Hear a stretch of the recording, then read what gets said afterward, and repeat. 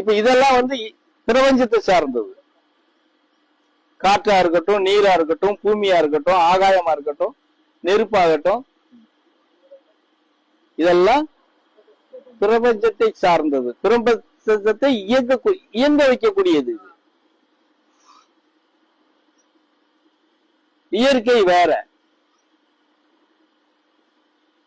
இதுக்கெல்லாம் இயற்கை கட்டுப்படாது.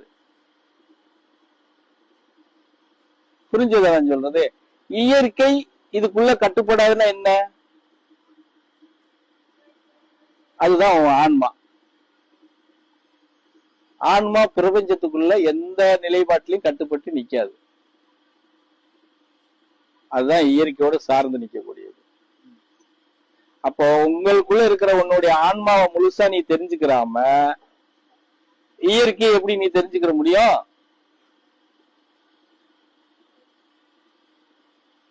இதுல வந்து பல நூல்களை படிச்சோ, எப்படி சொல்றது, இவங்க பண்ண மாதிரி என்ன தேவாரம் பாடியோ,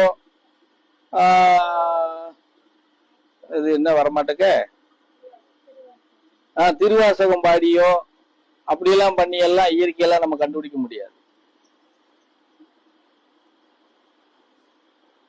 நம்மளுக்குள்ள இருக்கிற ஆன்மாவை முதல்ல நம்ம தேடி பிடிக்கணும்.